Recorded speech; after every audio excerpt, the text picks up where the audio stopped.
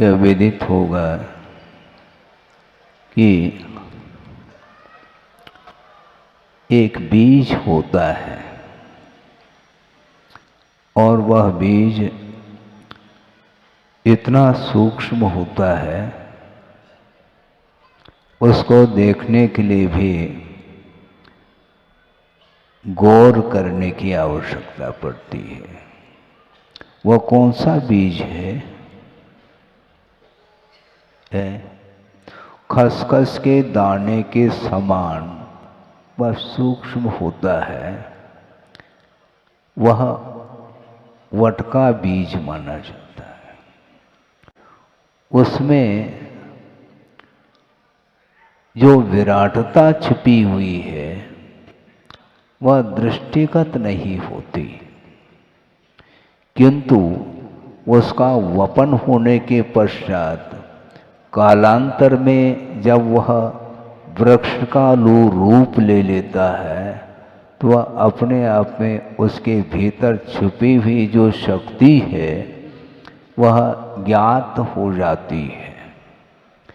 बीज में न फल देखने में आ रहा है, न फूल देखने में आ रहे हैं, न शाखा उपशाखाएं देखने में आ रही हैं, न छाया हो सकती है उस बीज की, किंतु उस बीज में वह शक्ति है। जब वह शक्ति उद्घाटित होती है तो वह विस्मय का वह कारण बनता है। उसी प्रकार प्रभुत्व शक्ति छिपी हुई है आत्मा के अंदर। जब वह उद्घाटित होती है वह तीन लोक को चमत्कृत कर देती है। ऐसी कौन सी शक्ति है? वह स्वाभाविक शक्ति मानी जाती है और वैभाविक अवस्था में वह शक्ति कभी भी उद्घाटित नहीं होती। और किस प्रकार उस शक्ति का विकास किस प्रकार होता है?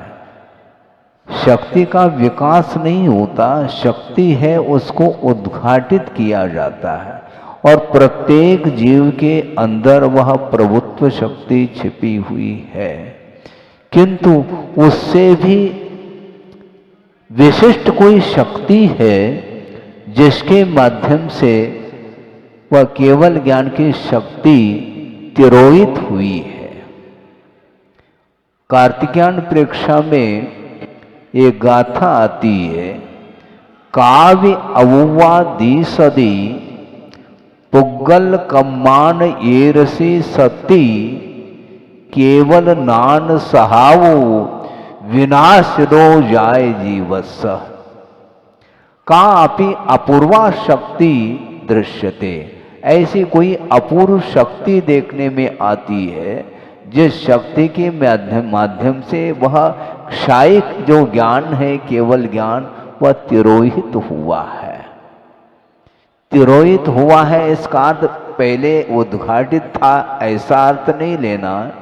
पहले भी हमने बात स्पष्ट कर दी थी एक दिन, ये बीज और वृक्ष की भी परंपरा की भांति है। ये संसार अनादि है किंतु अंत को हो सकता है। जिसके अंदर वह योग्यता को उद्घाटित करने की शक्ति जिसके अंदर है, उसी जीव की विशेषता मानी जाती है कि वह मोह की जो शक्ति है उसको समाप्त किए बिना वह स्वाभाविक शक्ति उद्घाटित नहीं हो सकती है और स्वभाव की ओर दृष्टि गए बिना कभी भी संसार का अंत न हुआ न होगा। आप सारे यहाँ पर सभा में उपस्थित हैं। आपसे हम ये पूछना चाहते हैं, यहाँ पर सभा में उपस्थित हो कर के आप जो देशना सुन रहे हैं उस देशना का उद्देश्य क्या होना चाहिए? धर्म श्रवण करने के उपरांत, तत्व का परिज्ञान होने के उपरांत अतत्व की ओर दृष्टि नहीं जानी चाहिए। और जो जिसकी दृष्टि में तत्व और अतत्व का भेद ही नहीं, तो वह अतत्व को भी तत्व मान करके उसका आलंबन लेता है। जो वैभाविक अवस्था है या परिणति है वह आत्मा का स्वभाव नहीं है। न क्रोध करना आत्मा का स्वभाव, न मान करना, न माया करना, न लोभ करना, ईर्ष्या, राग, द्वेष, ये सारे जितने भी कालुष्य परिणाम हैं, ये आत्मगत परिणाम होते हुए भी वे अशुद्ध परिणाम माने जाते हैं। ये वैभाविक इसी को बोलते हैं। अशुद्ध दशा का नाम वैभाविक अवस्था मानी जाती है और ये पर्याय में वैभाविकता देखने में आ रही है। अवस्था दो तरह की होती हैं, एक स्वाभाविक अवस्था और एक वैभाविक अवस्था। दूध है, दही है और नवनीत है, ये तीनों वैभाविक ही अवस्थाएं हैं। धीरे धीरे वो वैभाविकता दूर होती जा रही है, किंतु जब तक घृत का दर्शन नहीं होगा तब तक स्वभाव देखने में नहीं आता। हम आपको एक और क्या पूछना चाहेंगे, आप बता सकोगे? क्यों नहीं बता सकेंगे महाराज? हम ये पूछना चाहते हैं, आप भगवान की अथवा गुरु की आरती उतारते हैं? उतारते क्या नहीं? हाँ, उतारते हैं। दीप प्रज्वलन करते क्या नहीं? करते हैं। तो दीप प्रज्वलित किससे होता है? अग्नि। किंतु उस दीप को प्रज्वलित करने के लिए यदि उसमें नवनीत रखेंगे तो दीप प्रज्वलित नहीं होगा। नवनीत की आरती उतारी है आपने, बाती बना लो और आरती है उसमें नवनीत का गोला रखो अथवा दही रखो अथवा दूध रखो तेल के स्थान पर और जलाओ, देखेंगे आरती नहीं जल सकती। उस घृत में प्रकाशित करने की क्षमता है, चाहे वह तेल हो अथवा घृत हो, उसको उसमें प्रकाशित करने की क्षमता है, बाती साथ में है। किंतु ये दूध, दही, नवनीत ये स्वाभाविक अवस्था नहीं है, इसलिए इसमें से प्रकाश उत्पन्न नहीं हो सकता। उसी प्रकार वर्तमान में जो आत्मा की स्थिति परिणति हो रही है वह ठीक इसी प्रकार की वह परिणति है। इसलिए स्वाभाविक ज्ञान जब तक आविर्भूत नहीं होगा तब तक तत्व का दर्शन यथार्थ नहीं हो सकता। इसका अर्थ है सम्यक ज्ञान जब तक उत्पन्न नहीं होगा तब तक वह मिथ्या ज्ञान के माध्यम से अतत्व को तत्व के रूप में स्वीकारता चला जाएगा। जब तक तत्व दर्शन नहीं होगा तब तक आत्मा का दर्शन भी संभव नहीं है। संसार का परिवर्तन होना चाहिए और संसार से ऊपर उठने के लिए भी उसी के लिए संयम को अंगीकार किया जाता है और संयम पालन करने के लिए उपकरण के रूप में जो आज परिवर्तन का वह दृश्य देखने को मिलेगा वह संयमोपकरण जिसका परिवर्तन होने जा रहा है। हम ये कहना चाह रहे हैं कि वह बीज इतना सूक्ष्म है और उसके अंदर जो है, जो शक्ति छुपी हुई है, एक विशाल वृक्ष का रूप उसी बीज के अंदर शक्ति के रूप में विद्यमान है। किंतु जिस समय शक्ति रहेगी उस समय व्यक्ति नहीं रह सकती। दूध में घी है क्या? नहीं है, ठीक है, एक जग दूध पी लो, स्वाद आना चाहिए घृत का, क्योंकि दूध में घी जब है तो स्वाद आना चाहिए। फिर दूध में एक चम्मच घी क्यों डालते हैं आप? हम ये पूछना चाहते हैं। जब घी है ऑलरेडी, जब उसमें घी है तो डाल क्यों रहे हैं दूध में? ऐसे स्पष्ट है घृत भिन्न है और दूध भिन्न है। उसी दूध में से वह घृत निकलेगा, विधिवत निकालने से निकलता है, वह शक्ति उसके भीतर है। पाषाणेषु यथा हेम, दुग्ध मध्ये यथा घृतम, तिल मध्ये यथा तैलम, देह मध्ये तथा शिव कहा। शिव अर्थात आत्म तत्व, परमात्म तत्व इस शरीर में है, किंतु वह आच्छादित है कर्मों से। मोह से जब तक वह ज्ञान अथवा आत्म तत्व आच्छादित रहेगा, तब तक उसके भीतर की विराटता देखने में नहीं आती है। और सोचो, विचार करो, गर्भ कल्याणक मनाने जा रहे हैं, वह आत्मा गर्भ में आ रही है। गर्भ का अर्थ क्या? भीतर है। किसके? शरीर के भीतर वह आत्मा का प्रवेश होगा और जन्म होगा, फिर बाद में सारा सारा दृश्य आपको देखने को मिलेगा। बहुत विचित्र परिणमन है वस्तु का, और वस्तु के परिणमन को आप नकार नहीं पाओगे, ये ध्यान रखें। ज्ञान आपके पास है, किंतु उस ज्ञान के माध्यम से स्वभाव का दर्शन नहीं हो पा रहा, मात्र श्रद्धान का विषय बन रहा है। श्रद्धान का विषय अलग होता है और साक्षात दर्शन करना अलग होता है। हम हाथ में आत्म तत्व को रख करके दिखा नहीं सकेंगे और भगवान भी नहीं दिखा सकेंगे, ये ध्यान रखें, क्योंकि दिखाने योग्य वह वस्तु है ही नहीं। वह अमूर्त आत्म तत्व है, वह किसी भी इंद्रिय का विषय नहीं बन सकता। न स्पर्शनेन्द्रिय का विषय, न रसनेन्द्रिय, न घ्राणेन्द्रिय, न चक्षुन्द्रिय, न कर्णेन्द्रिय, किसी भी इंद्रिय का वह विषय नहीं बन सकता।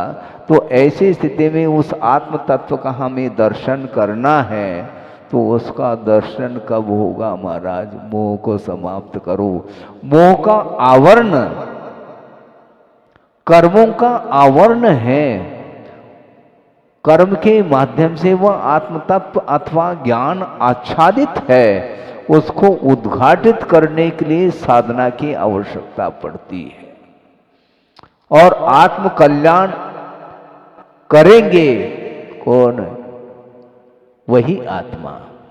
और आत्म कल्याण के साथ साथ विश्व का कल्याण भी उनके निमित्त से होना है।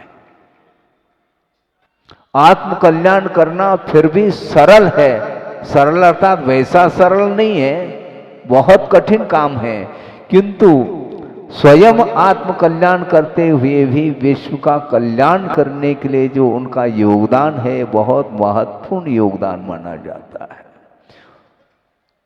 दूसरे को भी प्रकाश देना और स्वयं अपने आप को भी प्रकाशित करना। ज्ञान में दोनों प्रकार की क्षमता है, वस्तु को भी प्रकाशित करने की क्षमता है और स्वयं को भी प्रकाशित करने की क्षमता उसी ज्ञान में है। इसलिए ज्ञान को स्वपर प्रकाशी ऐसा कहा है। लेकिन सम्यक ज्ञान होना चाहिए, और सम्यक ज्ञान होने के उपरांत भी जब तक वीतराग विज्ञान नहीं होगा, तब तक अपने आत्मा का दर्शन संभव नहीं है। श्रद्धान का विषय अलग, और साक्षात आत्म तत्व को शरीर से पृथक महसूस करना खेल नहीं है बंधुओं। ये सारी साधना किस प्रकार वो करते हैं? वृषभ कुमार कुमारावस्था में नहीं कर पाएंगे, सागर बनना पड़ेगा, जबलपुर नहीं, वृषभ सागर है। वृषभ सागर बनेंगे, चारित्र को अंगीकार करते ही उसमें परिवर्तन तत्काल देखने को मिलता है, गुणस्थान का भी विकास हो जाता है। तो हम ये कहना चाह रहे हैं, ये साधना के लिए वस्तु तत्व का परिज्ञान करने के लिए जो साधन निर्धारित किए हैं आगम में, उनका अवलंबन लेने की आवश्यकता है। जिनेंद्र भगवान का जो शासन है वो अद्भुत है, ऐसा आगमकारों ने कहा है। प्रसंग के अनुरूप आपके सामने वह विषय रखना चाहता हूं कि जिनेंद्र भगवान का जो शासन है, जो मत है, वह अद्वितीय है, ऐसा कहा है। दया दम त्याग समाधि निष्ठम, दया दम त्याग समाधि निष्ठम नय प्रमाण प्रकृतांज सार्थम अदृश्य मन्ने रखिलई प्रवादई जनत्वदीयम मत मत द्वितीयम, ऐसा कहा। हे भगवान, आपका जो मत है अद्वितीय मत है, ऐसा कहा। अखिलई प्रवादई अदृश्यम, ऐसा कहा। समस्त अन्य जो मत मतांतर हैं, प्रवादी हैं, उन सभी प्रवादियों के द्वारा हे भगवान आपका ये मत परास्त नहीं हो सकता, ऐसा कहा है। अद्भुत मत है, कोई भी जिनेंद्र भगवान के शासन को खंडित नहीं कर सकता। अद्भुत है ये, क्यों?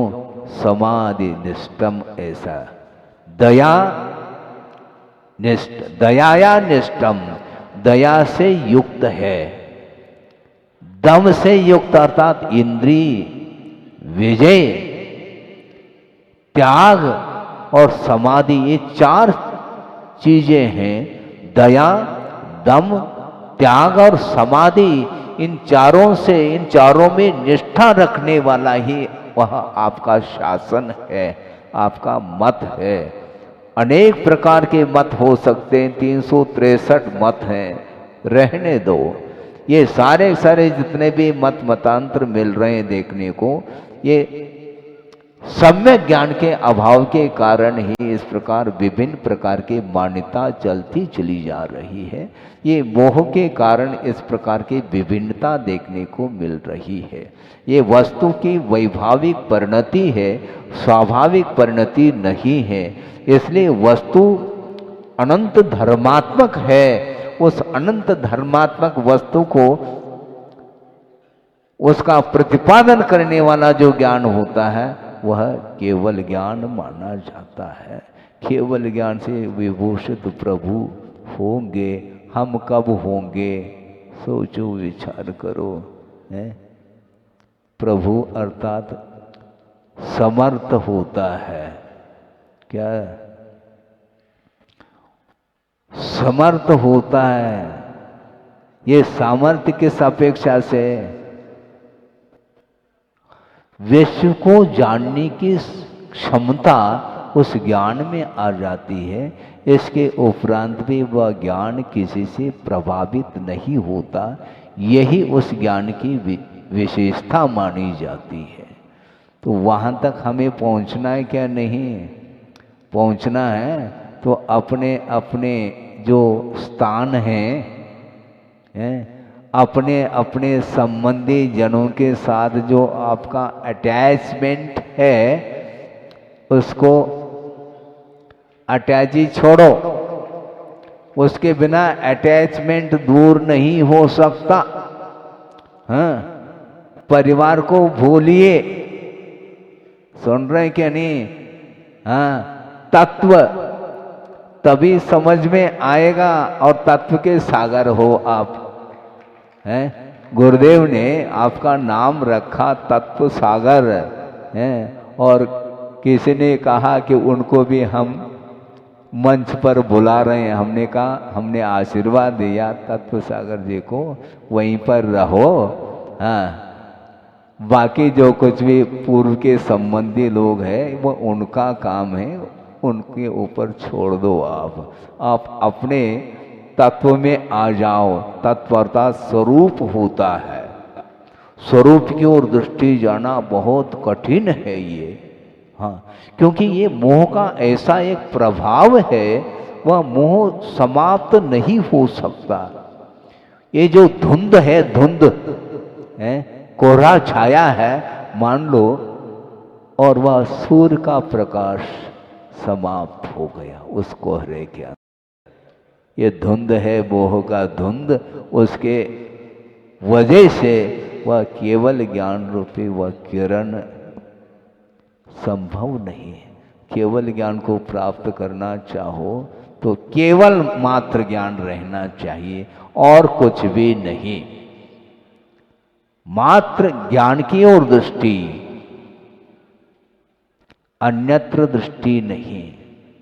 ज्ञान को ही ज्ञेय बनाने का पुरुषार्थ करो, ऐसा गुरुदेव का कहना है। बहुत सारे अनंतानंत वस्तु हो सकते हैं, उस ओर ध्यान न देते हुए वो भी ज्ञेय हैं, जानने योग्य हैं, किंतु आत्म तत्व भी तो जानने योग्य हैं। जानने योग्य नहीं है क्या? है। बल्कि ये कहना चाहते हैं ज्ञान को भी ज्ञेय बनाने का पुरुषार्थ करो, क्योंकि ज्ञान भी गुण है। वह गुण है तो वह भी अपने आप में एक ज्ञेय है। इसलिए ज्ञान को ही ज्ञेय बना करके यदि रहेंगे तो सारा सारा विश्व शून्य हो सकता है, तो मोह का साम्राज्य समाप्त हो जाएगा। लेकिन खेल नहीं है। हाँ, अभी तो गर्भ कल्याणक मनाने के लिए बैठे हैं, और गर्भ कल्याणक और जन्म कल्याणक में जो आनंद आता है आपको, शायद मैं समझता हूं क्या है, मोक्ष कल्याण के दिन वो आनंद नहीं आता महाराज। पालना झुलाने में जो आनंद आता है वह केवल ज्ञान के दृश्य को देखने में आनंद नहीं आता है। लेकिन इसलिए आनंद उसमें कम आता होगा क्योंकि उसमें राग नहीं है। राग नहीं है तो उसमें क्या आनंद है? क्योंकि विषयों में जो आनंद आता है, विषय के त्याग में आनंद नहीं आता है संसारी प्राणी को। लेकिन इसके उपरांत भी वह आनंद इसलिए इष्ट है आपके लिए क्योंकि वही तो आत्मा है जो हमें प्रकाश देने वाली है। लेकिन अभी अपने आप को प्रकाशित करने की क्षमता उस आत्मा में नहीं आई है, क्योंकि अभी भी मोह का आवरण है। सम्यक दर्शन उत्पन्न हो जाता है तो सम्यक दर्शन के जो प्रतिपक्षी कर्म हैं उनका क्षय अधिक हो जाता है। इसके उपरांत भी जो असंयम की भूमिका है वह भी अपने आप में चमत्कृत करने वाली भूमिका है वो भी, क्योंकि असंयम की भूमिका में ज्ञान काम नहीं करता सही मायने में देखा जाए, क्योंकि वह श्रद्धान का विषय बना हुआ है किंतु प्रैक्टिकल पेपर में फेल है वो भी। आपने टिकट खरीद ली कहाँ जाने के लिए, यहाँ से दिल्ली जाना है अथवा भोपाल जाना है, कहीं भी जाना है तो टिकट खरीद ली आपने, रिजर्वेशन कर लिया, टिकट आपके जेब में है मान लो, तो ट्रेन में बैठने की क्या आवश्यकता है? टिकट है ना हमारे पास है? उस टिकट का क्या मूल्य है? यदि कालावधि समाप्त हो गई तो फाड़ के फेंक दो, उसमें कोई वैल्यू नहीं उसकी। तो टिकट वस्तुतः श्रद्धान का विषय है, और ट्रेन में बैठना अथवा किसी वाहन में बैठना यह चारित्र का विषय माना जाता है। आचरण का नाम चारित्र है और विश्वास का नाम श्रद्धान, उसी को सम्यक दर्शन बोलते हैं। इसलिए सच्चे देवगुरु शास्त्र के प्रति श्रद्धान का भाव जागृत हुआ है, आप सब सम्यक दृष्टि है, किंतु जब तक आचरण नहीं करोगे तब तक आप जहां हैं वहीं पर रहेंगे। टिकट मात्र खरीदा है और बैठे नहीं आप। बहुत जल्दी सुबह नाश्ता कर ली और भोजन के लिए कहाँ पहुंच रहे हैं? फ्लाइट से पहुंच रहे हैं, वहां जाकर के भोजन करेंगे आप, 1 आध घंटे के अंदर पहुंच जाते हैं। ये यात्रा, इसी यात्रा का नाम चारित्र है। आचरण, चलने का नाम चारित्र कहा है। किंतु गुरुदेव ने कई बार ये कहा कि देखो, जानो, बिगड़ो मत। बिगड़ गए तो गए काम। देखना और चलना, देखना और जानना, किंतु सावधानी के साथ चलना चाहिए। देख भाल चलना, देखने का नाम दर्शन, सम्यक दर्शन। भाल का अर्थ ज्ञान होता है और चलने का अर्थ चारित्र होता है। किंतु चलते हुए भी सावधानी के साथ चलना, यह संयम माना जाता है। संयम के बिना संभव नहीं। इसलिए हम ये कहना चाह रहे थे कि दया दमत्याग समाधि निष्ठम कहा। दया में निष्ठा होनी चाहिए, और वह दया का अर्थ क्या, वही संयम है। प्राणी संयम और दम का अर्थ इंद्रिय संयम माना जाता है। इसके बिना निस्तार नहीं हो सकता। संसार से ऊपर उठने के लिए संयम की बड़ी आवश्यकता है। और विश्व कल्याण करने वाला वह जीव, उसके अंदर यदि दया का भाव जागृत ना हो और विश्व कल्याण का भाव यदि जागृत ना हो, तो ऐसी स्थिति में कल्याण हो कैसा सकता है। आपका समय होने जा रहा है, क्योंकि समय रुकेगा नहीं। वो आप सो चाहे जागृत रहो, कुछ भी कार्य करो, वह एक समय के लिए भी वह रुकता नहीं है। निरंतर बैक नहीं, आगे आगे चलता चला जाता है। अनंत काल व्यतीत हुआ, मोह के साथ जीव का परिणमन चल रहा है। अभी भी मोह से ऊब नहीं रहा है। अभी राग अच्छा लगता है, और वीतरागता की बात करेंगे तो ऐसा लगता है जैसे सफोकेशन हो रहा है, घुटन पैदा हो रही हो ऐसा लगता है। ज़्यादा देर तक सिद्धांत की बातें, तत्व की चर्चा करेंगे तो आपको नींद आ सकती है। धर्म बहुत अल्प काल के लिए रुचता है संसारी प्राणी को, फिर बाद में वही घोड़ा और वही मैदान। जहां से आए कहाँ जाएंगे, जहां से आए वहां जाना है आपको, यह तय है। और रिटर्न टिकट भी आपके पास है, पक्की बात है। हमेशा के लिए थोड़ी भगवान के चरणों में आए। भगवान के चरणों में आने के उपरांत भी वह समोषण से बाहर जा रहा है चक्रवर्ती और सौधर्मेंद्र, पंच कल्याणक हुआ नहीं।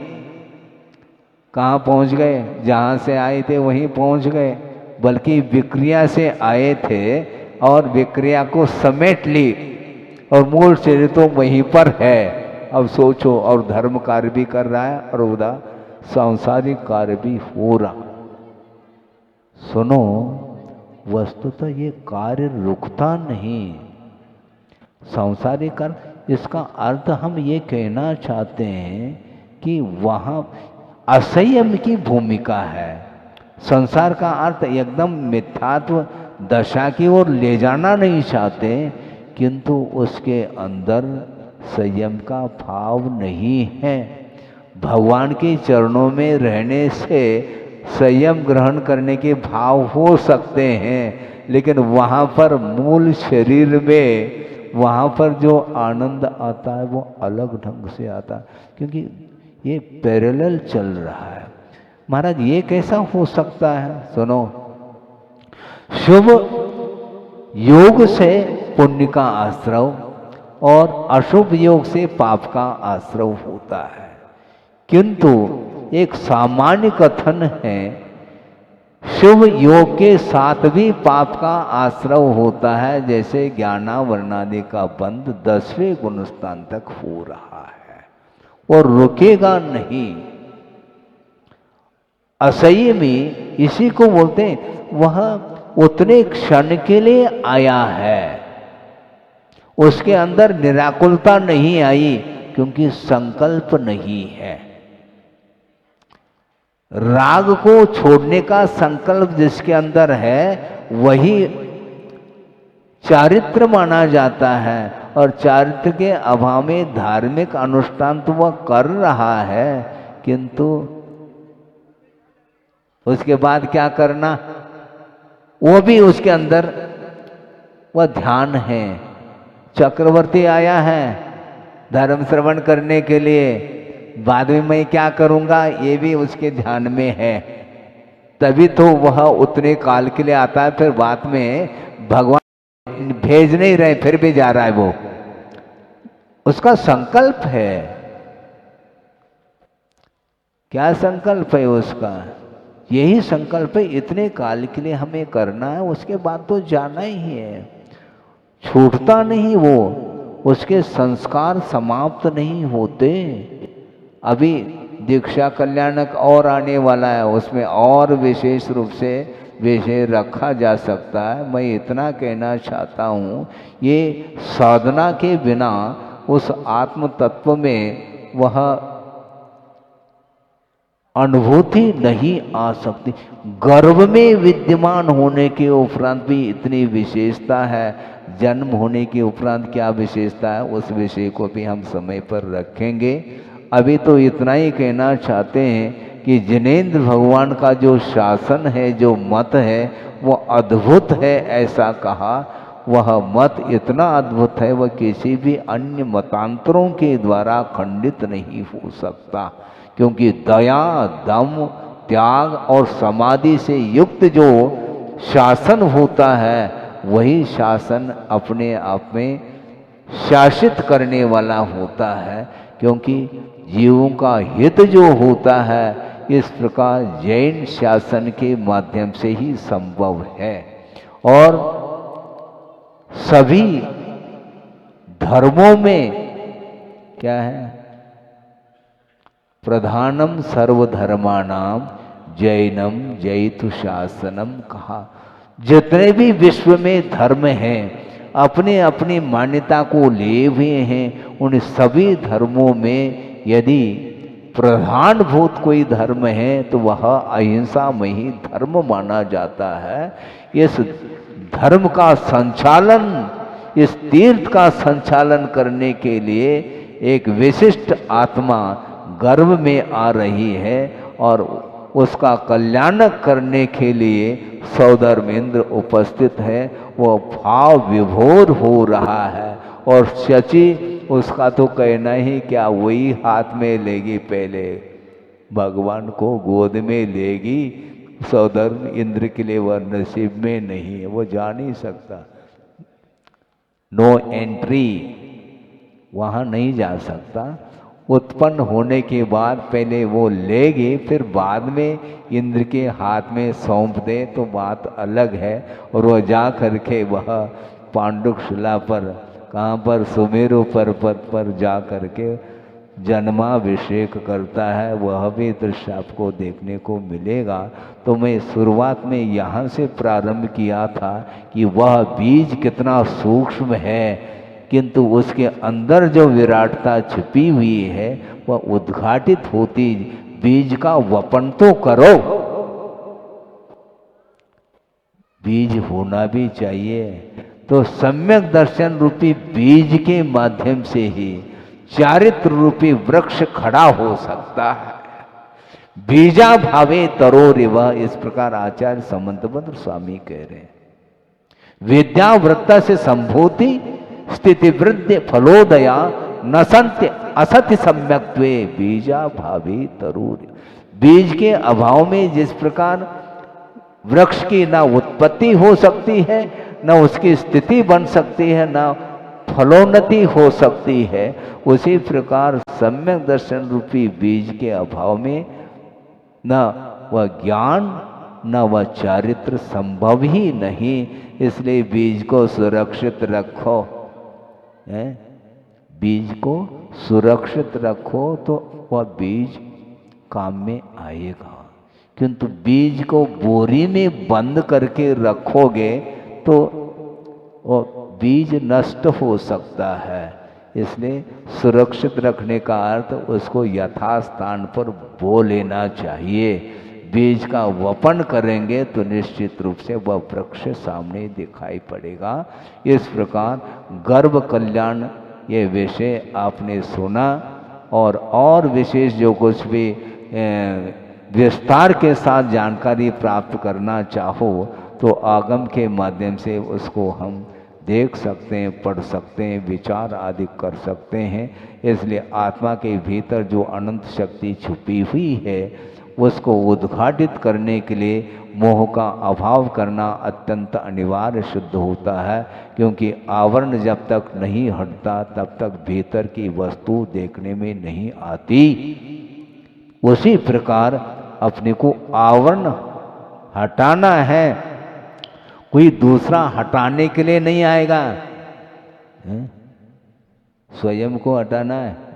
हटाओगे क्या? नहीं महाराज, अभी हमें आवरण अच्छा लग रहा है। अब देखो आत्म तत्व कहाँ पर है?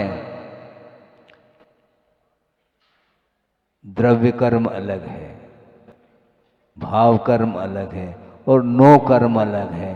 इन तीनों से वह भिन्न है। आत्म तत्व इस शरीर के भीतर है और शरीर से वह आवरणित है आत्म तत्व, और शरीर के ऊपर भी और आवरण चाह रहे हैं आप, वस्त्र का आभूषण, वस्त्राभूषण और आवरणित कर रहे हैं आप आत्म तत्व को। ये सब के आवरण महाराज, अब ये तो वैसे ही भिन्न है। भिन्न है तो पहन क्यों रहे आप नए नए वस्त्राभूषण? घंटे आध घंटे में गृहस्थ वस्त्र को चेंज करता है? आवरण को चेंज करके दूसरा आवरण और ओढ़ लेता है। तो आवरण को हटाने की बात करो ना, आप अनावरण की बात करो। आवरण की क्यों बात करते हैं आप? अनावरण करने के लिए खड़े हो जाते हैं, किंतु हफ्ते भर बाद पुनः आवरण आ जाता है, पुनः अनावरण करो। ये जिस प्रकार अनावरण करने के उपरांत आवरण आ रहा है उस चित्र के ऊपर, उसी प्रकार ज्ञान के ऊपर आवरण आता चला जाता। असंख्यात बार सम्यक दर्शन उत्पन्न होने के उपरांत भी पुनः उसके ऊपर वह अज्ञान का आवरण आ जाता है, मिथ्यात्व का आवरण आ जाता है। इसलिए हमेशा के लिए वह आवरण हट जाए तो निश्चित रूप से वह आत्म तत्व दिखाई पड़ सकता है, और आत्म दर्शन करने के लिए ही एकमात्र साधना सामने आ रही है। इसी प्रकार प्रत्येक व्यक्ति के अंदर जो शक्ति छुपी है उसको उद्घाटित करने के लिए सच्चे देवगुरु शास्त्र की आराधना करते हुए हम अपने जीवन को उत्थान की ओर ले जाएंगे तो निश्चित रूप से एक बार आत्मा का उत्थान होगा तो पुनः उसका पतन संभव नहीं है। इसलिए हमें लक्ष्य बनाना चाहिए। प्रभु बनने का लक्ष्य हो तो निश्चित रूप से आपका वह संसार अंत को प्राप्त हो सकता है। हो इस पवित्र भावना के साथ अहिंसा परमो धर्म की जय। बोधि समाधि परिणाम शुद्धि स्वात्मोपलब्धि शिव शोक शुद्धि चिंतामणिम चिंतित वस्तुदाने त्वां वंद मानस्य ममास्तु देवी। परम पूज्य आचार्य गुरुवर श्री विद्यासागर जी मुनि महाराज की जय।